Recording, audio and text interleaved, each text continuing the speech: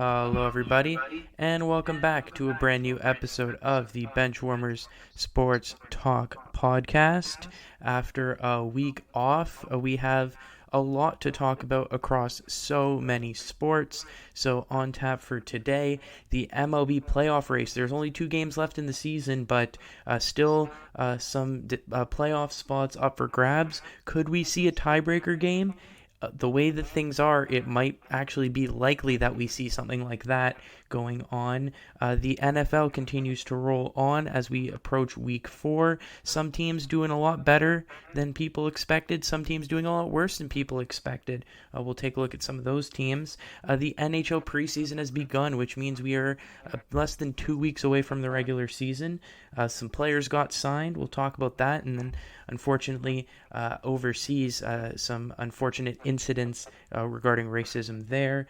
And then the international break in soccer coming up. I know most soccer fans hate the international break because it's a break from all the league play going on, but I think that there's a lot of really exciting international soccer going on over the break all around the world. We'll break down some of those games that stand out to us.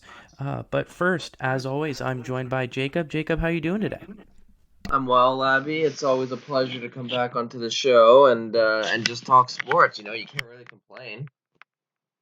Absolutely not. And I mean, I think we should get right into it. And, well, Jacob, are the Blue Jays going to make the playoffs? Labi, it's a matter of not are the Blue Jays going to make it, but or not the Blue Jays going to win, but are the other two teams going to lose? They're tied with the Mariners, one game behind the Red Sox, who continue to play their series against. I can't remember who they're playing it against. The Washington Nationals. Yeah, so you need Washington to beat them twice, and you need the Jays to win both their games, which is very possible. They won their game last night against the Baltimore Orioles, but then you need, Seattle losing was huge. Thank you, Shohei Ohtani. I'll be buying a jersey from you for sure. Um, but the Jays really need to rely on what we've been saying years and year after year and year after. It's the pitching. The hitting we know can get hits. Vladdy is ridiculous. Bo Bichette, like all these guys we know can hit, but it's that pitching, man, and it's always been a problem. And this year, look, it's been working a lot better than it has in past years, but it's still gonna need to be basically perfect until the playoffs are completely fixtured. But I think it's possible, but we need help from other players. We need help from other teams. Yeah, So absolutely, absolutely. I mean, you're absolutely right. The Blue Jays have 4 players on their team that have over 100 RBI. That is not something that happens all the time. That is a rare feat of just showing you how dominant offensively this team is. But you're right. Clearly, offense doesn't single-handedly get you wins in the majors. You need to have the pitching. You need to have the defense behind that as well. So yeah, let's just quickly break down what's going on in the American League. The Tampa Bay Rays have clinched the #1 spot in the American League.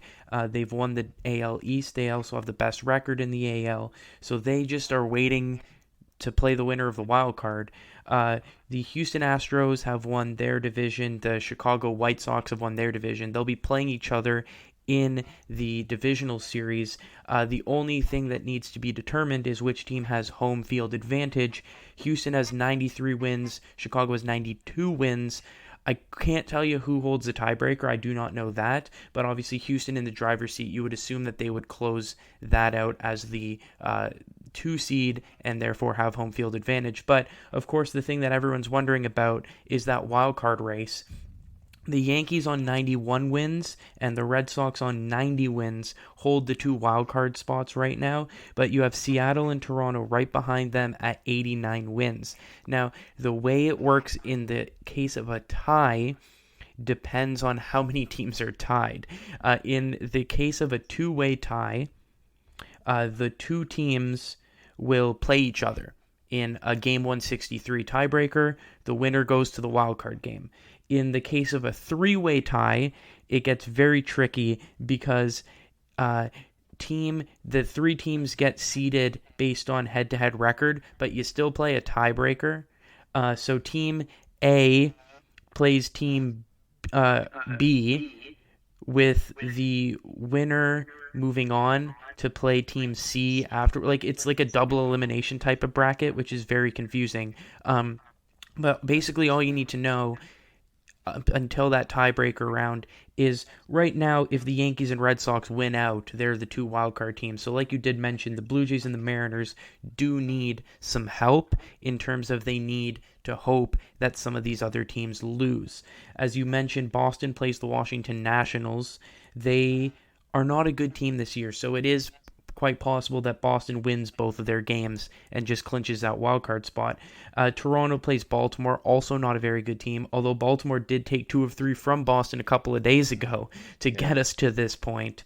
And as you mentioned, Seattle plays the Angels, who, they have talent like Ohtani and Trout, but, they haven't been able to put together a team effort, so they're definitely a beatable team.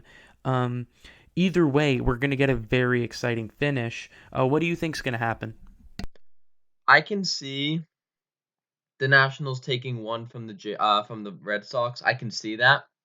Do I think it's going to happen? No, but it's possible, which means that if Toronto wins both their remaining games against Baltimore, they'll get that tiebreaker and they'll get that final wild card spot, and or at least it'll be a tiebreaker to say the least. And it's gonna be crazy. Like, this is gonna be one of the most exciting final pushes I think I've seen in recent history. And the sad thing about it is this may be the best Blue Jays team, most exciting Blue Jays team I've seen in a while that may not make the playoffs, which is really upsetting and really kind of deflating. But it shows a lot of promise for the future, whether they make it or not. And if they were this close this year, just imagine what they're going to come back as next year. Like, it's always a promise for the future. But I'd really like to see them make the wild card the playoffs this year.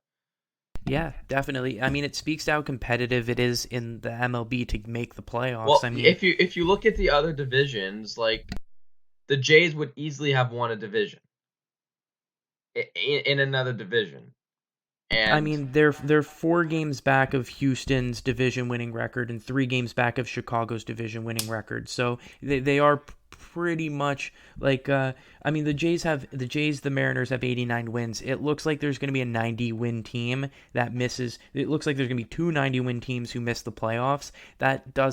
That's typically a rare occurrence in the MLB. So, yeah, you're definitely right. There are going to be 2 good teams in the American League that miss the playoffs. But when there's only 5 playoff spots per league, American League and National League, only 10 teams make the playoffs in the MLB. It's a very cutthroat league in terms of how many teams make the playoffs. yeah, and like you said, 2 very talented teams in the AL not making the playoffs, which is ridiculous. What I will say, just to wrap up the American League talk, is what I hope happens is the Yankees lose out, the Red Sox split, and Seattle and Toronto both win out, because that would have a 4-way tie between all 4 teams at 91 wins. How stupidly crazy would that be? And then it's a very easy tiebreaker situation because there are 4 teams all tied for 2 wildcard spots. So you have a wildcard like preliminary game. Like, there's a game to get to the wildcard game, and then there's the wildcard game to get to the divisional series against the Rays. So it's possible because realistically the last 2 games of the season for all 4 of these teams are essentially playoff games. So you could theoretically have the last 2 games of the regular season essentially becoming playoff games, then a tiebreaker game, which is a 3rd game, then the actual wildcard playoff game. So you're talking about teams who are playing like genuinely 4 must-win games just to be able to get to an opportunity to play a 7-game series against a team. Or actually, no, a 5-game series against the team because the divisional series is only 5 games. Yeah. So it's absolutely crazy. I can't remember the last time I've seen a playoff race in MLB go down to the wire. And like I do agree with you, it would be disappointing if the Blue Jays missed the playoffs. But at the end of the day, we're in October and they're playing meaningful baseball, which is something that I think a lot of people would not have expected. So, they're definitely getting that pseudo playoff experience, even though it's not technically the playoffs. They're playing in high intensity, high pressure, high stress situations, which is only going to help the development of these young players.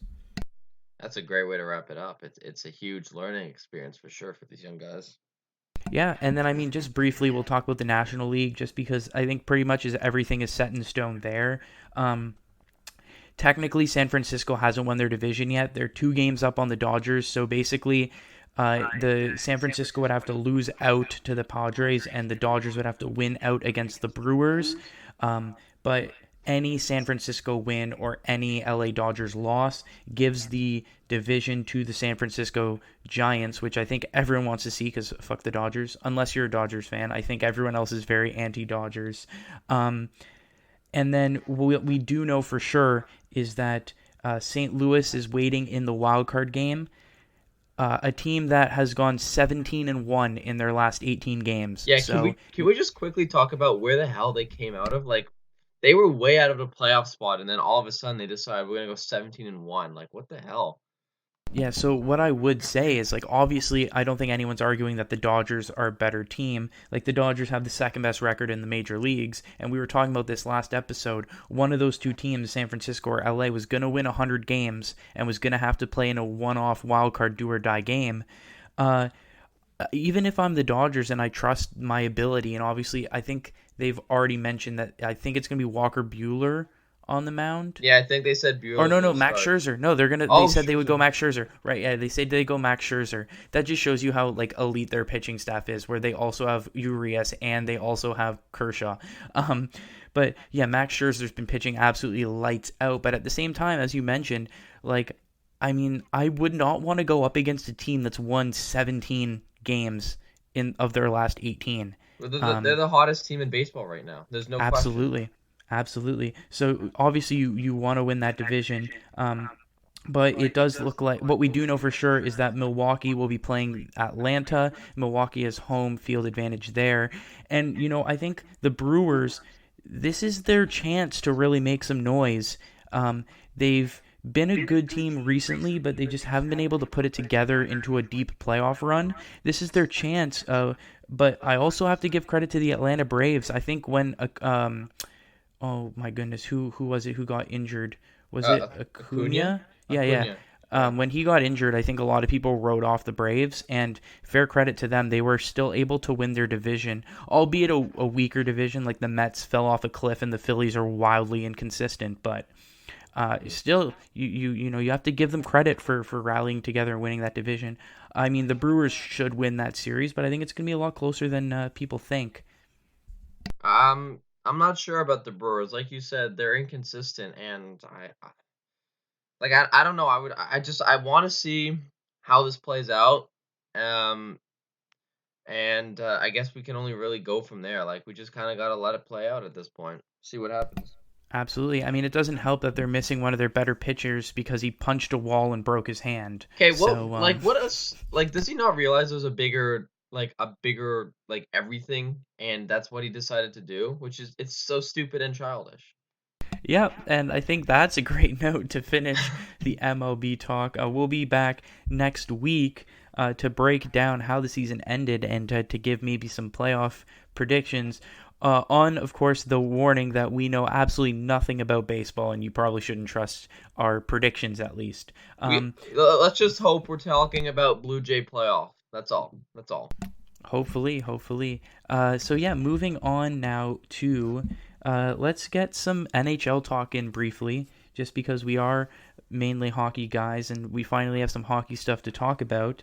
And we'll throw it over to you, Leafs fan. Sheldon Keefe, head coach of the Toronto Maple Leafs, given a 2-year extension. His contract was set to expire at the end of this season, so he gets 2 years beyond that, meaning that his contract now expires at the end of the 2023-2024 NHL season. Your thoughts on that? Think it's a good deal. Obviously, they're not going to disclose the money because it's a coach, but I like it. You know, he's 69, 27, and 12 since joining in November of 2019. So I think he's done a fairly good job with the young core, and obviously this year, Dubas said in his interview, it's a do or die year, and I think both. That's why I think a 2 year is good because it's not too long. Not it's like a make or break kind of contract. 2 years is really not that much. So yeah, I look forward to seeing hopefully some Leaf second round action this year, and I hope Keefe is the one who's able to do that. Yeah, well, I mean, he's only entering his second full season as the coach, so Yeah. you typically give coaches a bit of a longer leash than that. I think judging someone off of 2 years is very harsh. And then, like you mentioned, with this being such a do or die year, I think taking that added storyline off, taking that added stress off of, is this the coach's last season? If this is the coach's last season, because the last thing you want is the coach being a distraction and having to talk about, oh, he hasn't extended his contract while the season's going on. So I think it's a really good piece of business from that side for the Leafs, where that doesn't become a storyline, that doesn't become a talking point. They can just focus on playing hockey because they know the coach is going to be there. Well, I think the problem with a lot of Leafs Nation and a lot of the media here is they're quick to blame the coach after the players when it's not the coach's fault for the way the players are playing.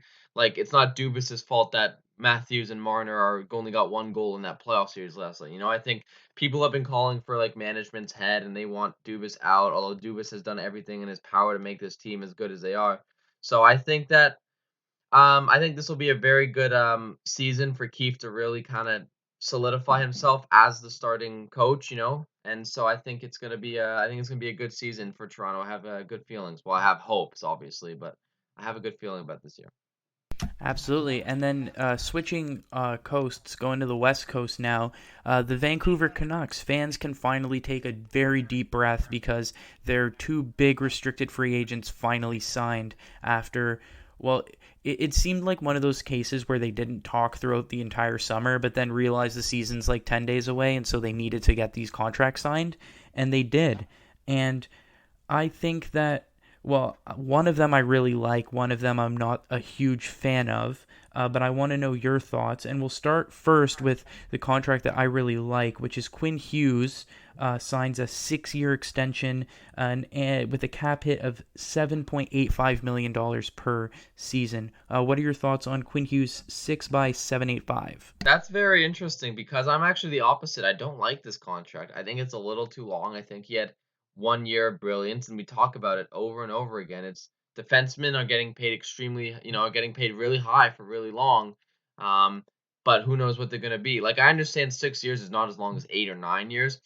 I think it's a little long. I really do. I think I like the Pedersen one a little better, and I'm sure you'll talk about why you don't like it. But I like this contract. I do, and I mean I don't like this contract for Hughes. I don't know. It doesn't really. I don't think he's really kind of proved himself yet to get that money. I think maybe if he did what Pedersen did in a bridge deal, then maybe I'd be okay with it. I just think it's kind of a long term. Yeah, I mean, I guess it depends on what perspective you look at. I'm talking about, I like this from the Canucks perspective because if you look at what defensemen we're signing as, if you even look at guys like Seth Jones, if you look at Zach Werenski, if you look at some of those deals, I don't necessarily think that Quinn Hughes is.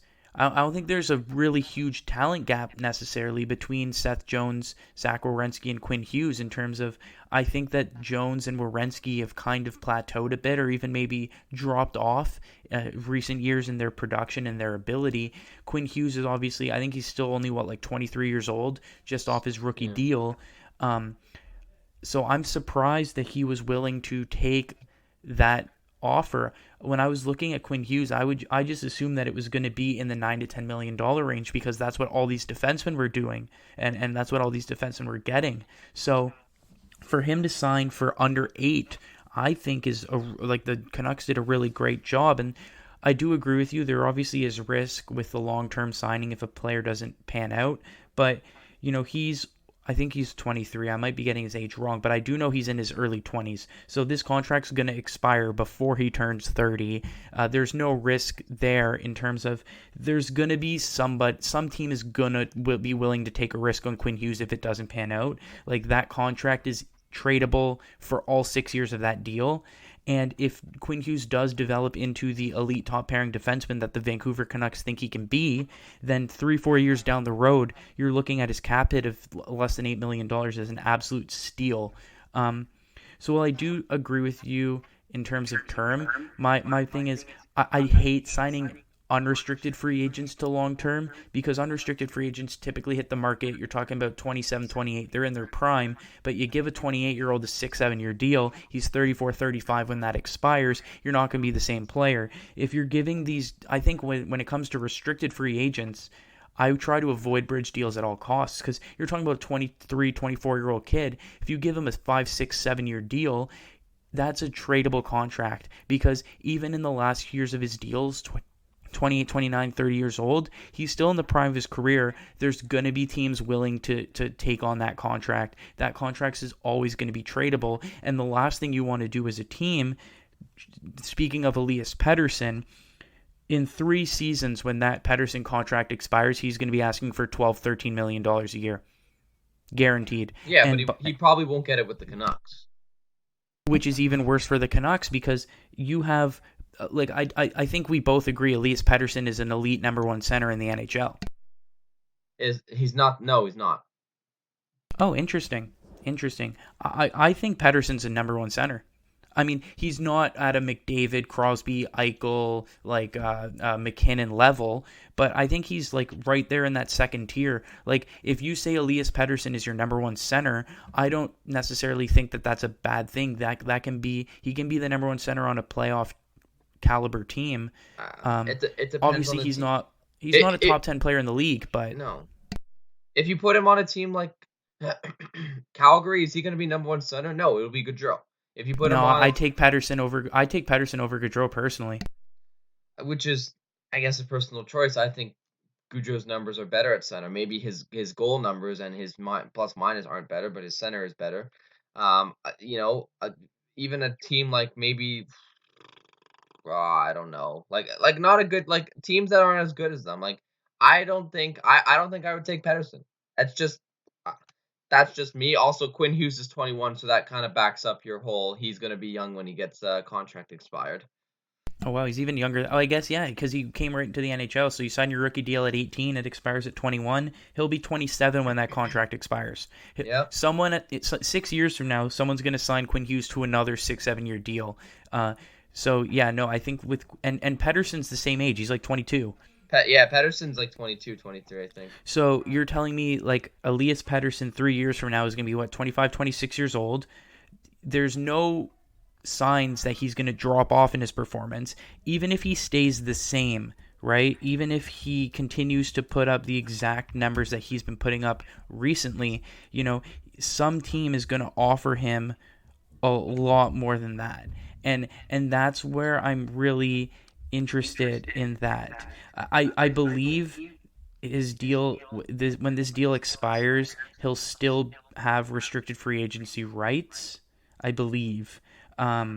Because that's the whole point of the bridge deal. But, I mean, you look at his numbers. He had 66 points in 71 games as a rookie, 66 points in 68 games in his second season, and then last year in an injury-shortened year, 21 points in 26 games. You're talking about a guy who already is more or less at a point-per-game level, and he's only going to get better because he was small to begin with, and he's slowly getting used to that NHL. He's becoming a more physical player, a more complete player. I mean, let me ask you this. Would you rather have the current deal 3x7, 3-5, and then have to renegotiate 3 years from now? Or would you have rather signed him right now to like a 6 or 7 year deal at, let's say, 9.5? I'd rather the 3 years, because what if he falls off? I don't want to pay him money that he doesn't deserve. I don't want to be paying money. I don't want to be putting myself in like a, maybe not as like extent of, but like a Suter or Parisi deal. Like obviously that's a completely different issue, but I don't. I would rather just see him how he plays. Is he like actually gonna pan out? And then renegotiating won't. I don't think it'll be that bad. I don't think it'll be that. Obviously, I think Benning just decided we're gonna do it last minute, see if we can get the best deal. If we can't, we can't. We can't. We can. Yeah, I'd rather it just renegotiate the deal. See if he's worth more than that. See if he's worth less than that. See if he, and if he thinks he's better than he actually is, then I don't want that on my team. I don't want a guy who thinks he's better than he actually is. I want him to humble himself, and I want him to be a team player, not just for himself. So that's what I would do. Fair enough. I just think that in the next 3 seasons, I feel like he's going to be at least point per game or around that rate. And if you're talking about a guy now who would then have 6 years of NHL experience under his belt, 6 years of number one center role, 6 years of point per game, and we're talking about 3 years from now, that's when the cap is going to start increasing again. There's no reason why Pettersson 3 years from now starts demanding $12 million, 12 and a half, $13 million a year. And there's no reason why the Canucks, who are then, because you're right, they're taking a risk and they're basically saying, we're going to see what your value is 3 years from now, and then we're going to have to pay it. I just look at it like in 3 years, his value is going to be $12 million a year. And Well, how do you know that? How do you know that? What if he doesn't pan out? What if I it's like a just, Neil Yakupov? I mean, I don't think he can compare to Nail Yakupov. Nail Yakupov was never putting up 70 points. Like Nail Yakupov didn't put up No, 66 points in 70 games. But my point is, what if he has a serious falling out? Yeah, you're totally right. I just don't see Pettersson as that type of player.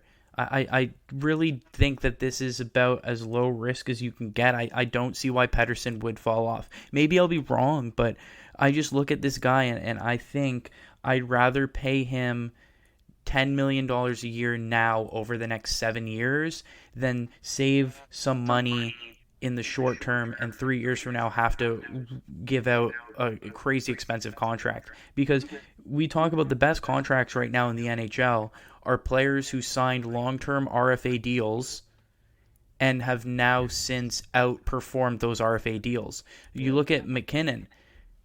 That's what the Avalanche did. They realized, hey, look, Nate, your value right now off your rookie deal is this. We're willing to go long-term at this number, and Nate was willing to go long-term at that number, and then he exploded, and now he's worth way more than what... Like, that's a win for the Colorado Avalanche. Yeah, but Nathan McKinnon has taken pay cuts so that he can stay with this team. I don't think he has. Because if you look at if you look at what his numbers were when he signed that deal, it was honestly a pretty fair value deal. I think it should have been more because McKinnon should have been more vocal about the potential that he offered. But in terms of what his current production had been, I didn't think it was too crazy because people don't realize Nathan McKinnon didn't burst out of as the player he is now until after he had already signed that deal. Like, McKinnon now is a player, and I think we both agree, he's worth 12 and a half. Like, he's worth Connor McDavid money, and he's probably going to get Connor McDavid money. If he had signed a bridge deal, he would have been getting Connor McDavid money already. So the Avalanche are saving $5-6 million a year because they bet on McKinnon continuing to improve. And I think that the Vancouver Canucks should have done the same thing, and they really could be, looking back at this 3 years from now saying, shit, now we have to pay a guy $12 million when we could have been only paying him nine and a half for the next 3 years if we had just committed to him long term. I don't know, man. Listen, I think I think that's a huge risk, and I think that's a problem. What if it doesn't pan out the way you want it to, and now he's a bust? I don't want to say he's gonna be a bust, but I'm saying what if he is, and what if he doesn't perform the way he does, and now you want to try and trade him and get some value, and no one's gonna take that contract. Like that's all. That's all I'm saying is, I think long term it makes more sense because they can kind of get a feel of how he's gonna be for the next few years. Um, that's just my opinion.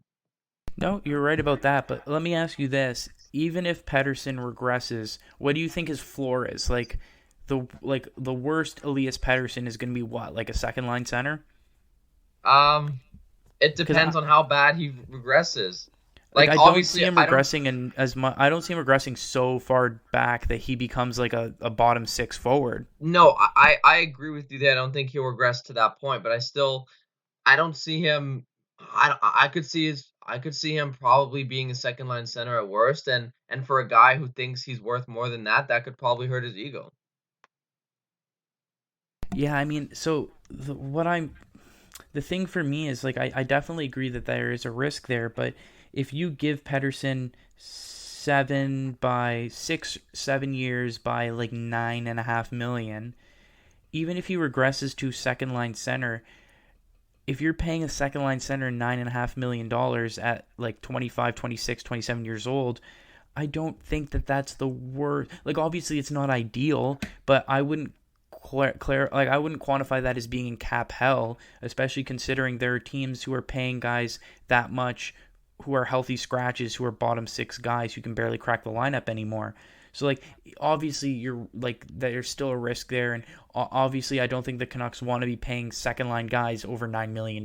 But as far as if that's the worst case scenario, and the best case scenario is you have a top 10 center in the NHL being underpaid because you committed to him early, I think that that is worth taking the risk and trying to commit to a guy long term. I mean, that's just my view. Obviously, the thing with roster building and how the NHL works is that different GMs take different approaches, and some work, some don't, and some work in some cases and don't work in other cases. And I think this is an example where it's there is no right answer, and it's good to have some different opinions. Well, I guess we'll have to see how the season plays out. Like, this is going to be a big season for them. Like, this is their not their make or break, but this is their breakout year. So we'll have to Oh, see how it plays absolutely. out. I mean, that Pacific Division is wide open. The Canucks could, like, you could tell me the Canucks would finish second in the division all the way to the bottom of the division, and I'd believe you just But because of then how open it is. we said that last year in the North, and they disappointed. Well, I mean, COVID, but yeah, they were very bad Yes, even but before but the whole team got COVID. You're COVID right. took. Yeah. It was Sorry, a go ahead. disappointing. No, no, no. You're right though. It was a disappointing season, and then COVID made it like irredeemable. Like they Yeah. couldn't have recovered. But to one area in which it's a good way to have a disagreement, to something where I think everyone kind of agrees on. Unfortunately, we do have to talk about a bit of a negative story, but I think it's good that it's gotten so much attention, particularly in North America. And I think it's good that, from what I've heard, everyone's kind of on the same page, which is really good to hear that there is, a stronger backlash when some of these decisions happen. But over to the Ukrainian Hockey League, and when we're talking about the Ukrainian Hockey League, something bad has probably happened. And one of the players, Andriy Deniskin, and I'm saying his name because I have no problem, outing him for the behavior that he did. But Andriy Deniskin, in one of the games, made a racist gesture. He basically mimicked peeling a banana and eating it to to a black player on an opposing team.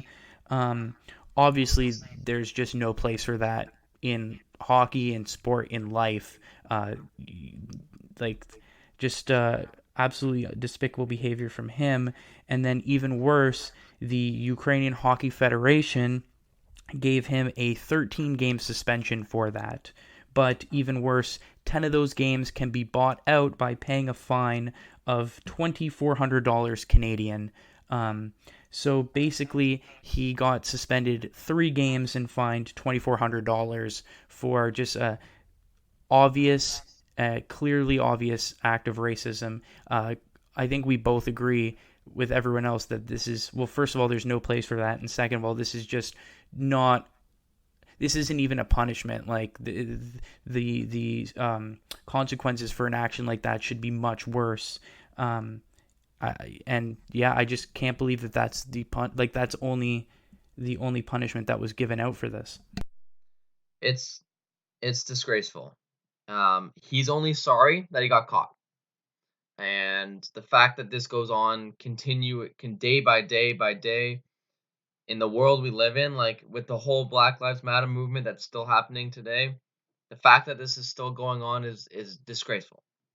And and dude went private on Instagram like right after um that game.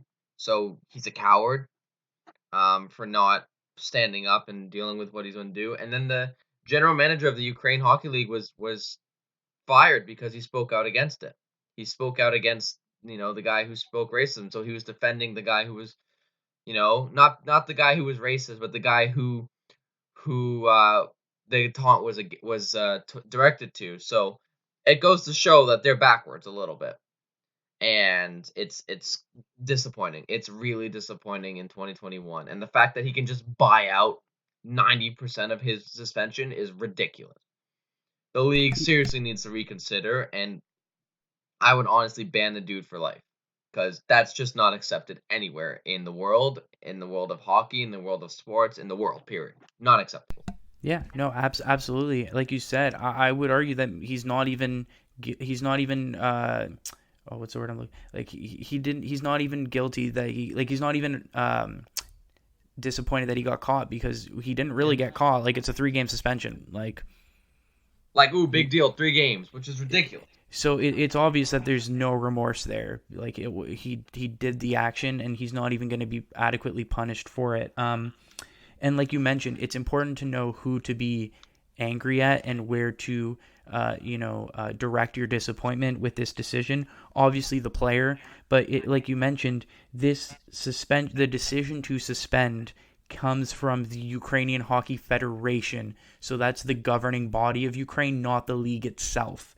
In fact, as you mentioned, the general manager of the league, so kind of like the Gary Bettman commissioner role, actually went to the Ukrainian Hockey Federation and, as you mentioned, basically said that this is not an adequate suspension. More needs to be done here, and they fired him for those beliefs. So it's clear that this is an issue with the Ukrainian Hockey Federation.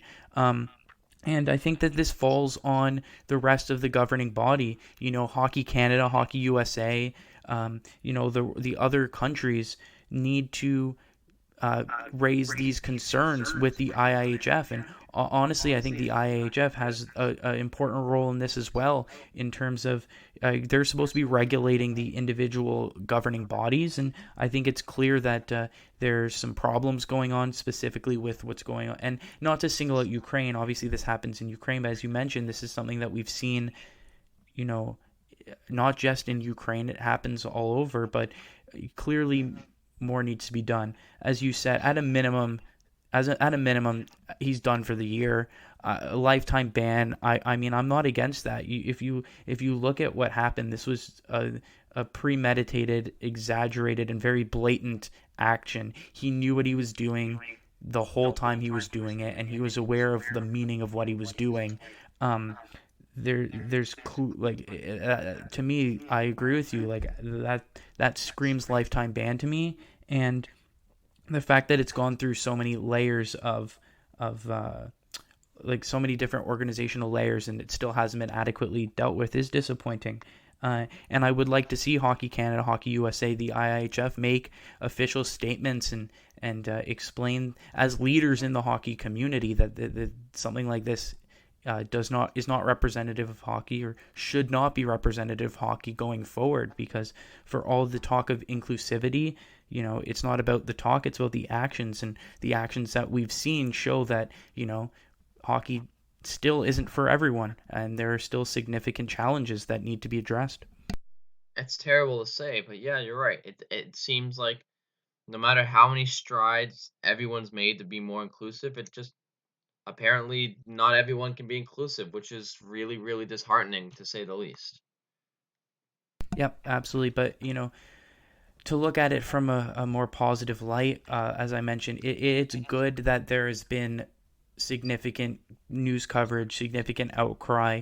It's reached from Ukraine all the way to North America. People are aware of this, and that's good, because in order to try to make change, there needs to be awareness. There needs to be, people need to be aware of these decisions, aware of what's going on, aware of the, decisions that have been made, and being able to be critical of those decisions. And hopefully this awareness is going to lead to some greater change. But as I mentioned, us as individuals aren't going to be able to do anything. We need to convince, some of these larger organizations that they need to step in. And once again, we will update you if Hockey Canada, if Hockey USA, if the IIHF does anything going forward. And obviously, I think we sincerely hope that they do.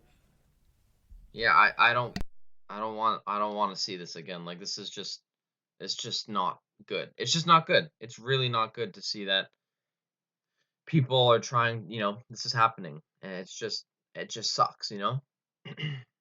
Yeah, definitely. It leaves a tarnish on a sport that we all love. And unfortunately, it's a tarnish that we have to address. But with that, let's move on to some more positive stories. Let's get into some NFL talk just briefly before we go into some soccer talk. Um, the first 3 weeks of the NFL are through. We have Week 4 tomorrow. Before we talk about one matchup in particular tomorrow, I just want to go through some teams with you, some teams that have been surprising and some teams that have been disappointing, and I basically want to ask you for the teams that are doing well and maybe surprised, is this for real or have they just got a hot start to the season? And for the teams that have been disappointing, are you hitting the panic button or are you relaxed because it's still early on in the season? So let's start with my team and the 3-0 Carolina Panthers. You and I both said they could be dark horses. And they're not dark horses, they're shining stallions. And I am impressed by the Carolina Panthers. I'm impressed by Sam Darnold. Christian McCaffrey looks good. This is what happens when a team that has no expectations come into a season and just blows those expectations out of the water. I am impressed with this team, and I think the Carolina Panthers are for real. Yeah, I mean, I think that they have a big test coming forward. We both mentioned, and I said I'm high on this team because I think they have a very easy start to the schedule. And I think that their first 10 games, I think 7 of them are winnable at least. Well, they're 3-0 right now, which is a good start. Christian McCaffrey's going to miss some time with an injury. Yep. That's huge. If the Panthers can get a couple more wins with McCaffrey injured, then I think that really speaks to that this team is for real. I mean, easy schedule, but you can only play the teams that you get put in front of. And if you have an easy schedule, you got to take advantage of it. Just because it's seen as an easy schedule doesn't mean that you're actually going to win those winnable games. The Panthers have been doing so. I agree with you. I think this team could be for real. I'm not all in because of the injury to McCaffrey, because he's such an integral part of their team. I really love their defense has really stepped up. Darnold's been great, but I feel like once you leave the New York Jets, you just instantly become the player that everyone thought you were going to be initially. Yeah, I think that this team has some promise. I think Darnold's not only been the player they need him to be, but he's been more than that. Yeah, he's been really, really good. And he's even shown that he can run the ball too, which was an element of his game. Well, because in New York, he was getting sacked every other possession. That is very true. There's a difference between scrambling to avoid sacks and scrambling to make plays, and he's showing that he can do both. Moving to another 3-0, a couple other 3-0 teams, the 3-0 Arizona Cardinals. This is an interesting one because, I mean, they have talent. I was just never convinced that they would do anything with it. But Kyler Murray's playing out of his mind, which I'll admit I was wrong about him, and they're 3-0.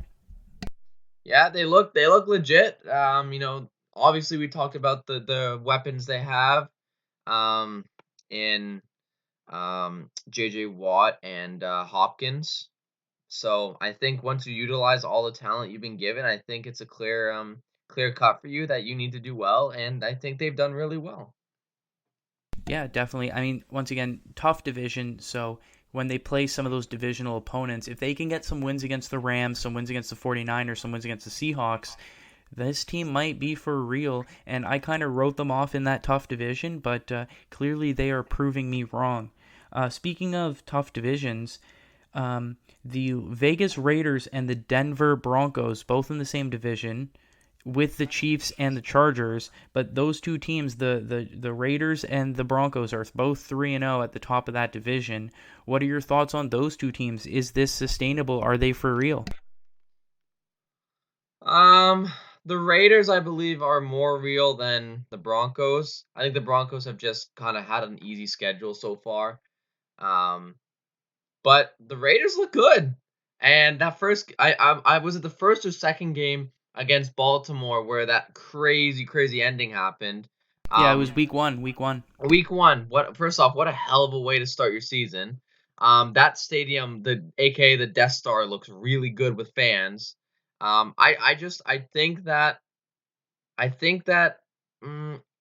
I'm gonna say that Vegas is real. The Broncos, I'm not so sure. I'm not sold on them yet. Yes, they're 3-0, but when you play against like the Jags and the Texans, like I'm not impressed. Yeah, so the three wins for Denver are against the Jets, the Giants, and Jets, then Giants. was it the Jags or it was one of the Jags or the Texans. I can't remember which one. I think it was the Texans. So like not So impressed. yeah, so you've played three teams who have a combined record of 1-8. Um, I agree with you. Obviously, you still have to win those games, and fair play to them. But we don't know how serious this Denver team is until they play a tougher team. So I agree with you. And same thing with the Raiders. I mean, Derek Carr looks like we thought Derek Carr might have hit like his plateau, and this is about it. Like, he's not an elite quarterback, but he's not a bad quarterback. You know, Derek Carr is a good quarterback. Yeah. He's playing really well this year. He's playing more than good. He's playing at a great to elite level right now to start the season, and I think that the Raiders, especially, it's going to be tough because they still have to play the Chiefs, they still have to play the Chargers, but with what I've seen, I think that they can at least compete in this division, and obviously a 3-0 start is really good. The last team that has had a good start, and these guys have played 4 games because they just won in Thursday Night Football a couple of days ago. But Joe Burrow and the Cincinnati Bengals are 3-1, and they're leading their tough division over there in the AFC North. What are your thoughts on the Bengals? I mean, if you were to tell me at the beginning of the season that the Bengals would go 3-1 and lead the division with like the Steelers and the Browns, I would have laughed at you. And then I would have said it's possible if Burrow can play to his potential, and it looks like well Burrow's playing to his potential. Also, that Thursday night game was ridiculous. Yeah, I mean, I'm still not fully sold because let's see how they play against the Browns. Let's see how they play against the Ravens. But they've Right. already beaten the Steelers. They won some games in overtime. Like they beat Minnesota, it took overtime. They barely beat Jacksonville on a last-second field goal, but they're showing that they can win close games, which is an important trait in playoff teams. Because if you can win those one-score games instead of lose those one-score games, that's going to go a long way at the end of the season. Those extra one or two victories is often the difference between winning a division and not, making a playoffs and not. So that's good. And Joe Burrow looks really good. It looks like that offensive line is obviously, I'm not going to sit here and say something crazy like it's good, but it looks like they're giving him barely enough protection in order to make plays, which is a start. It doesn't look like Joe Burrow is being hunted anymore the way he was in his rookie year, and he's showing you that when he has time to make throws, he can make plays and he can be a difference. Yeah, he looks like when they need him most, he's clutch and he comes in the clutch. And I think, granted, yeah, you know what? Overtime win is still a win. It's still a win at the end of the day, whether you win by 1 or you win by 17. It's a win is a win. And in Absolutely. divisions and in divisions that are tough like the AFC North, take every win you can get. Yeah, couldn't agree more. Let's go to some teams that are who are maybe struggling. Is it time to hit the panic button? Yes or no? Let's start with the 1-2 Seattle Seahawks. No, I don't think so. I mean I think the tough part is they're in the division with the Rams and the Red Hawk Cardinals. So if they can't figure it out soon, then maybe by week 5 or 6, if they have a losing record, then maybe I'd be a little concerned. But I think they're just in a little slump right now. I think they'll get over it. I'm actually going to disagree with you. I'm going to say yes for that exact same reason. They have not. I don't think they've played any divisional games yet. I don't Which think so means either. they still have to play the Cardinals twice. They still have to play the Niners twice. They still have to play the Rams twice. I don't see them doing. I don't see them getting a winning record in those games. I say 3-3 at best. And if you add 3-3 to what they are right now, that's 4-6. If I'm looking at a 4-6 team in a tough division, I don't think that's a team that's going to do enough to make the playoffs. And so for that reason, maybe not hitting the panic button, but I'm very concerned. My hand is hovering over that button right now if I'm in Seattle. How about the 1-2 Pittsburgh Steelers? I would actually start pressing the panic button on this one because they have not looked great, and Juju Smith is out with an injury, and it's just not nothing's going their way. Yeah, completely agree. I am smashing the panic button on this one. Ben Roethlisberger looks like he should have retired. Like, he's a great quarterback. He was a great quarterback. He's not. First of all, the league is much more of a mobile quarterback league now than when he entered the league, and obviously Big Ben was never a mobile guy. But then also he was a very strong quarterback. He was the type of guy who could shove off a pass rusher and then make the throw. He doesn't have that ability anymore. There are times he's in the pocket. He thinks he's just going to push off a defender, but he's not the same strong player that he used to be. He's taking sacks in those cases right now. The Steelers' offense is non-existent, and their defense is injured beyond belief. You take TJ Watt out of that team, and that defense looks beatable.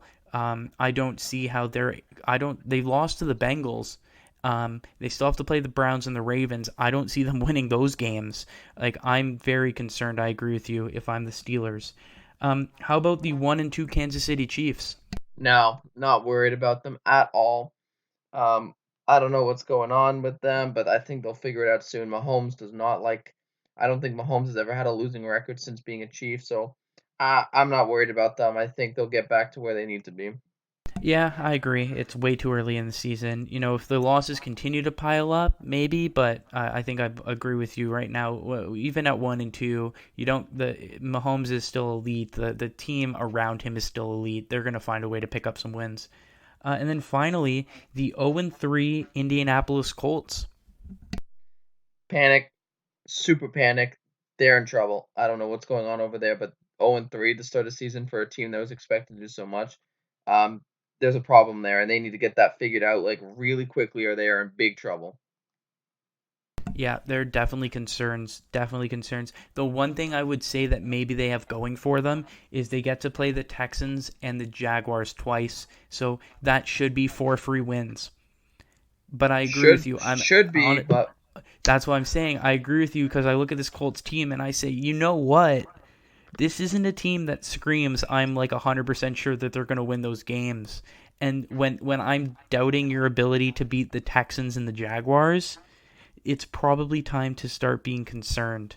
yeah, Especially if you're a team like the Colts that were really coming into the season with playoff expectations.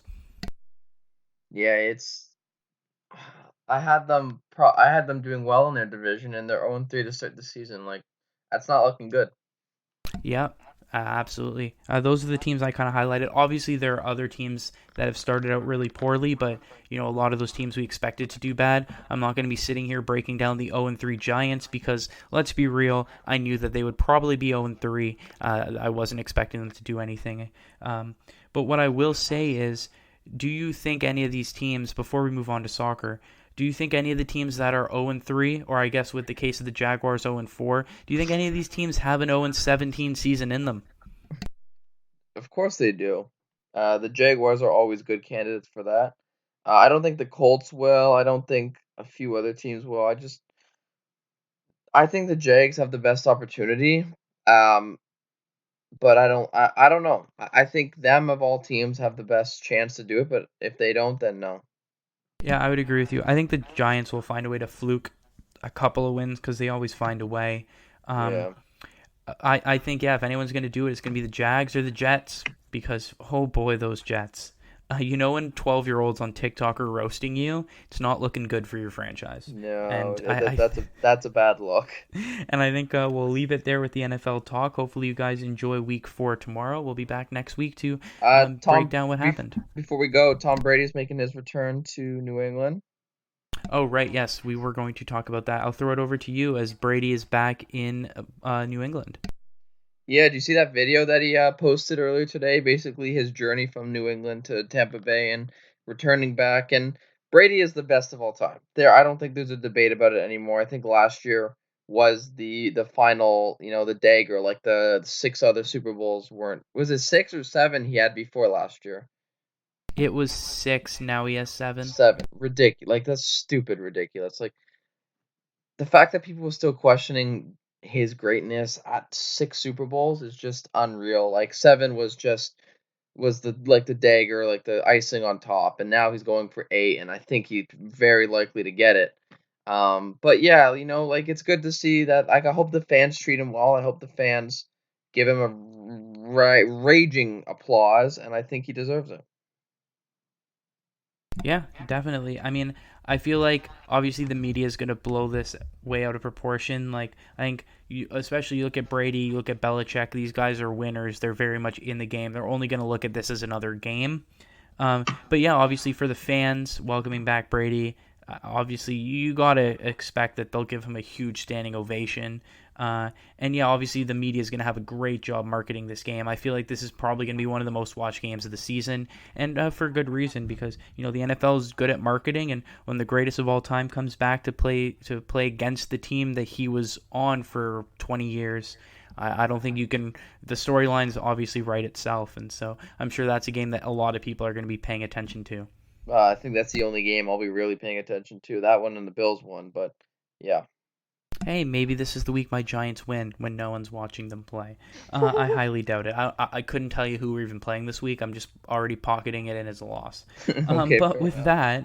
that, let's move on to some soccer. As like I mentioned, the international break is up ahead, and I know a lot of people kind of hate the international break, but I've really grown to really love the international break, especially when it's World Cup qualifying season, because there's so much good soccer around, and I really recommend if you're a soccer fan, just try to watch some of these games really all around the world.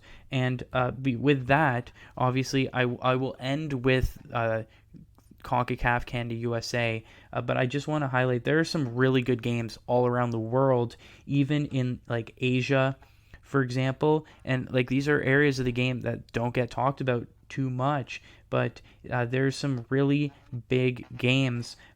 The way Asian qualifying works, there are two groups right now, and the top two teams in each group will make the World Cup. And in Group A, Iran plays South Korea on October the 12th. Those are the two top teams in that group right now, and that's a huge game to see who can continue to solidify their run at the top of the group. I think if either team wins that game, that honestly puts one foot in the door for them to qualify for the World Cup. And then another team that has a really important couple of games in Group B is Japan. Obviously, Japan, seen as a team that probably should be qualifying for the World Cup, they've struggled in their first couple of games. They are right now outside of the top two spots to qualify for the World Cup, and their next two games are against Saudi Arabia, which, believe it or not, they're actually right now in second place in that group.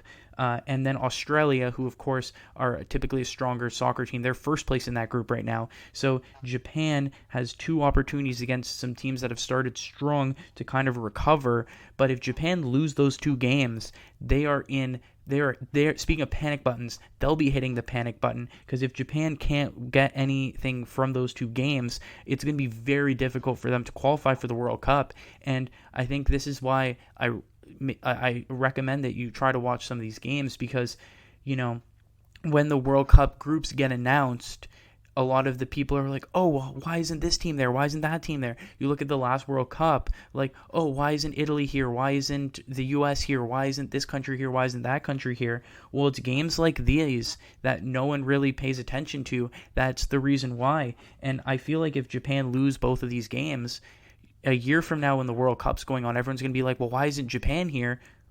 Well, point to these two games. If they lose to Saudi Arabia and Australia, that's going to be the reason why Japan doesn't qualify for the World Cup.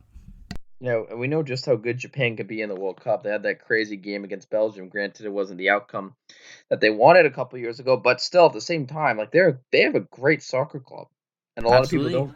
don't give Yeah. them the credit they deserve to because obviously Japan, and the first thing when you think of Japan isn't soccer, but they have an extremely good soccer club, and they put some teams on the brink of elimination, and they eliminated some good teams as well.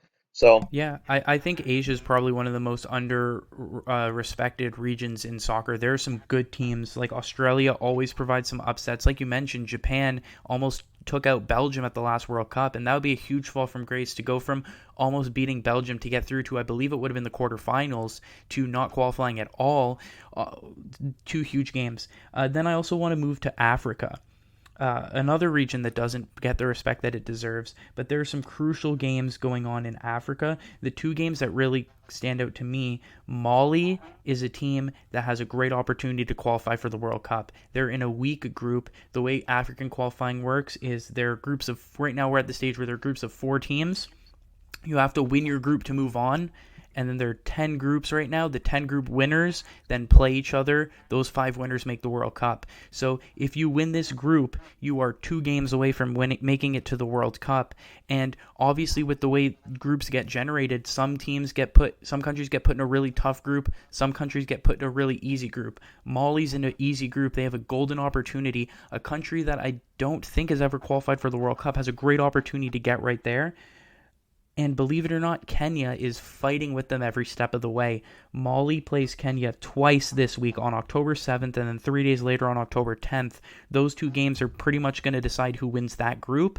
And Mali and Kenya, 2 teams that you probably haven't really thought of in a soccer context. If one of those teams win both of those games, they're 2 games away from qualifying for the World Cup. So that's something that I found very interesting. Another thing that I found very interesting with the COVID rules.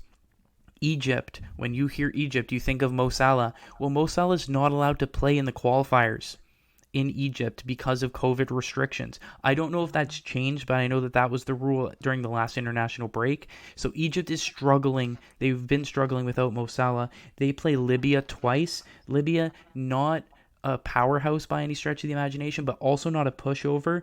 Egypt, if they, similar to Japan, if you could, a year from now, people could be saying, well, why isn't Mo Salah in the World Cup? Well, these 2 games could go a long way to seeing if Egypt can qualify or not. Yeah, well, Mo Salah is one of the best players in the world, and there's no question about it. Having him not in the World Cup for playing for his home country of Egypt would be a huge loss. Like that would be like the fact that he may not be able to even play during the qualifiers could seriously end Egypt's chances right there of making the World Cup. Absolutely, and I completely agree with you. Mo Salah, I think right now is a top 5 player. Honestly, I Oh, think Mo Salah is like I think right now he's playing like the 3rd best player in the world right now. yeah, He's I just would put him top 3. Yeah, Oh he's yeah. just so disrespected in terms of no one ever thinks about him, but he's playing at such an elite level, and I completely agree with you. It would be a huge loss if he couldn't qualify for the World Cup.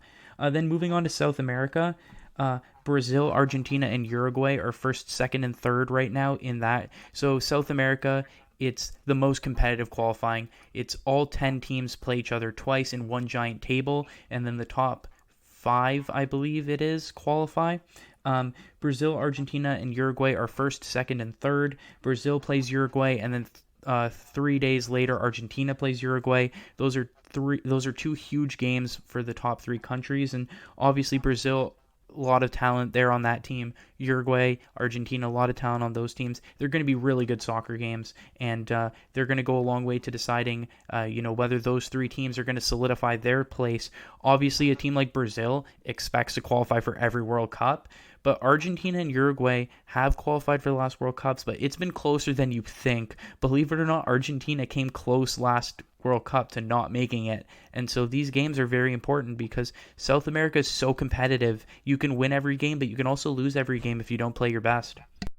Yeah, oh, well, yeah, you have to absolutely, especially in South American leagues, when you have teams like Argentina and Uruguay there, you have to play your best every single day, or else you're not going to do anything because these teams are extremely difficult to play against.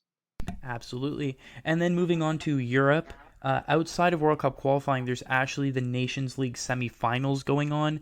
A lot of people don't care about the Nations League, but it is a trophy at the end of the day, and the players do want to win it. So the semifinals are Italy versus Spain, and then Belgium versus France, and then 3 days after the semifinals, there's the third place game and the finals. So Italy, Spain, and then Belgium, France are the semifinal matchups there in the Nations League. And Wow, then, what a treat of soccer games, eh? yeah, those are some huge heavy duty matchups. I mean, great games. They're going to be great games. And then in terms of World Cup qualifying, a couple of interesting games.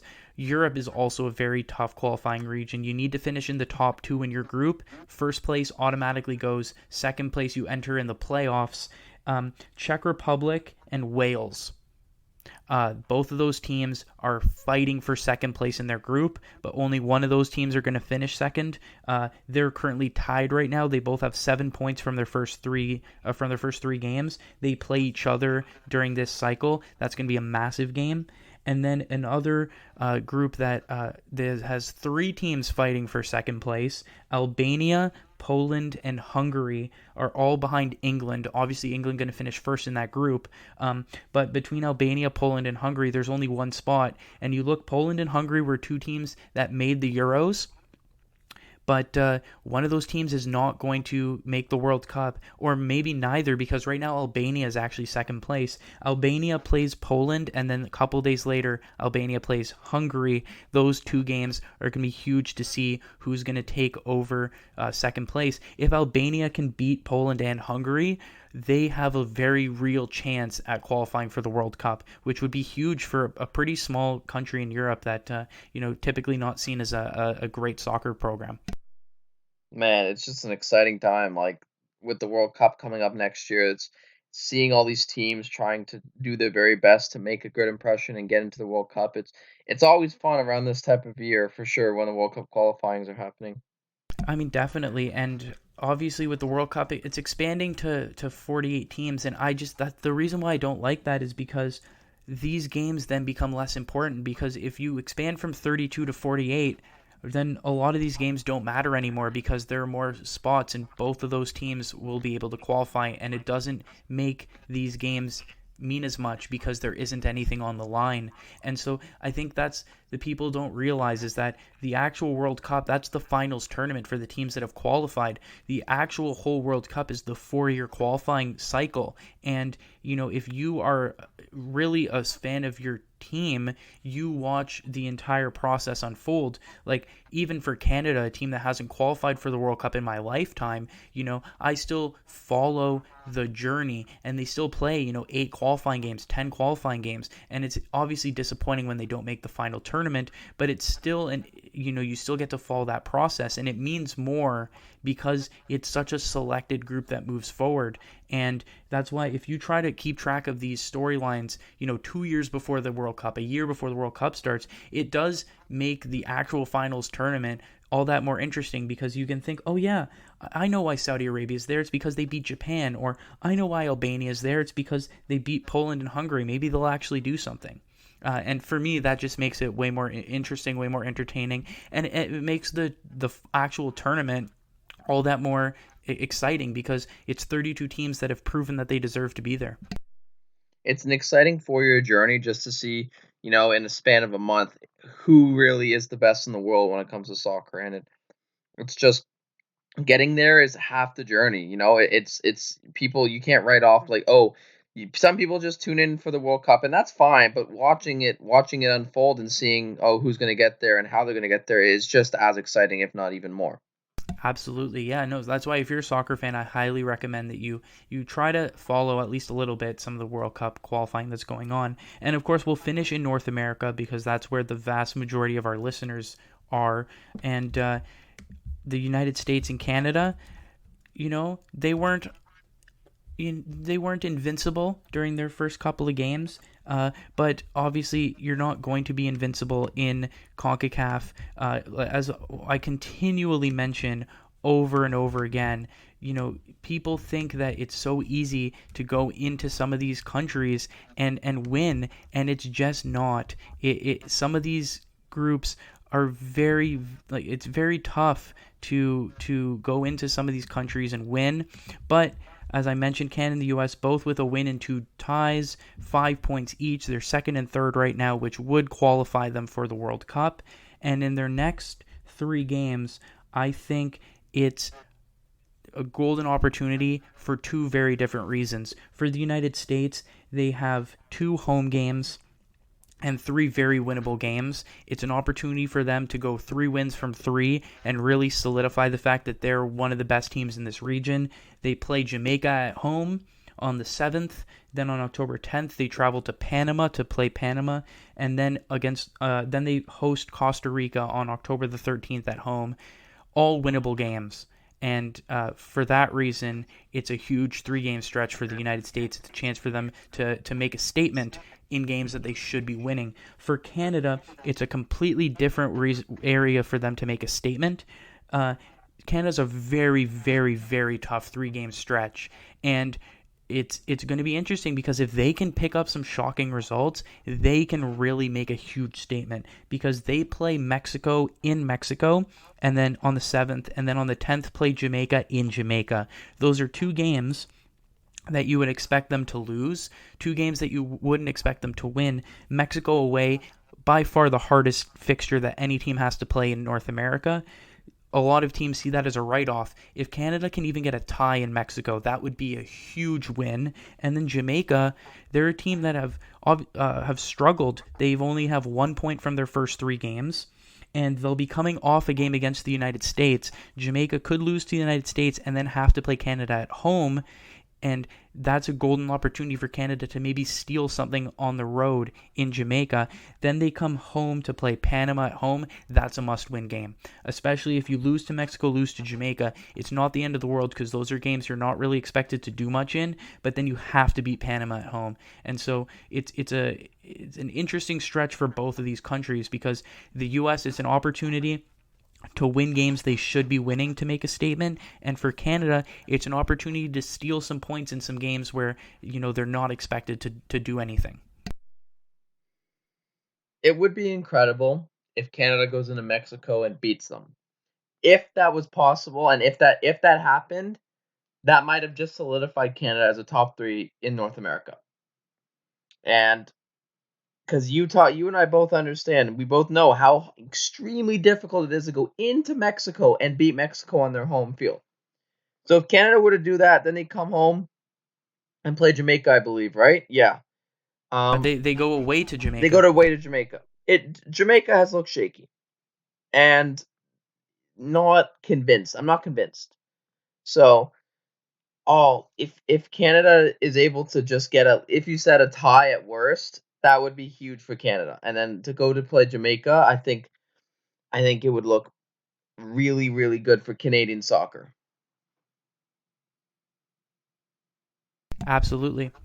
Just to answer your question about how hard it is to beat Mexico in Mexico, here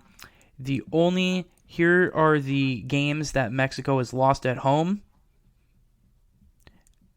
Honduras in 2013, USA in 2012, Costa Rica in 2001. That's it against North American opponents. They've lost 3 home games total against North American opposition at home.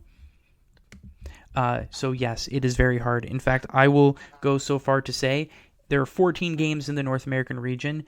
Mexico, Canada, and Mexico is game 4 of 14. If Canada beats Mexico to go to 8 points from their first 4 games with 10 games still to go, I will go on record and guarantee that they qualify for the World Cup if they win that game. I will back that up. How significant that would be. It's not just like point-wise, how significant, but morale-wise, like for the team, like that's a huge bump and a huge pump up for any team to beat Mexico at home. It would be huge for them. Absolutely. And so in terms of setting realistic expectations, though, for the Americans, home against Jamaica, got to win. Home against Costa Rica, got to win. Away against Panama, I'd say got to win, but I think you take a tie. I think from those 3 games, it's got to be seen as 2 wins and a tie, 7 points at least for the Americans. Honestly, looking for 9, definitely no less than 6. They have to win at least 2 of those 3 games. The Americans really should be looking at 6 to 9 points, but I think 7 or 9 points is probably the aim that they should be really having in those games. Meanwhile, for Canada, obviously you have to beat Panama at home. I think that you lose to Mexico in Mexico. There's no shame in that. I'm going to care more about the way in which they play, maybe less so the result, although obviously you do want a result. But I think you have to beat Panama, and I think if you can get a tie against Jamaica in Jamaica, obviously if you win, that's a bonus. But what do we keep saying? If you win your home games and tie your away games, you're going to make the World Cup. And so because of that, I think you throw out the Mexico game. If you lose, that's fine. If you tie Jamaica away, beat Panama at home, you pick up 4 points from those 3 games. You have 9 points from 6 games. That's going to be a very strong start to the qualification cycle, especially because Canada will have already gotten USA away and Mexico away out of the way very early on in the cycle, which is the two hardest games that you have to play. That's a perfect way to wrap up. It's Canada's got a lot of important games coming up that they really need to do well in. Absolutely. So yeah, just one more time for those of you who are interested in watching these games. October 7th, USA Jamaica, Mexico Canada. October 10th, Panama USA, Jamaica Canada. And October 13th, USA Costa Rica, Canada Panama. Those are the three games that those countries play during this international break. And we will be back next week, well, I guess next week the games will still haven't have officially gone, but we'll be back in a couple of weeks when those games are played to kind of wrap up everything that's happened in the international break. But until then, any closing thoughts? I think the Giants have a bye week this week, so I think you don't have to worry about a loss. Oh, well, there you go. There's a positive way to end. You can't lose if you don't play. And Not wrong. And with that, we thank you very much for listening to another episode of the Benchwarmers Sports Talk podcast. As always, Labi and Jacob here, and we will see you next week.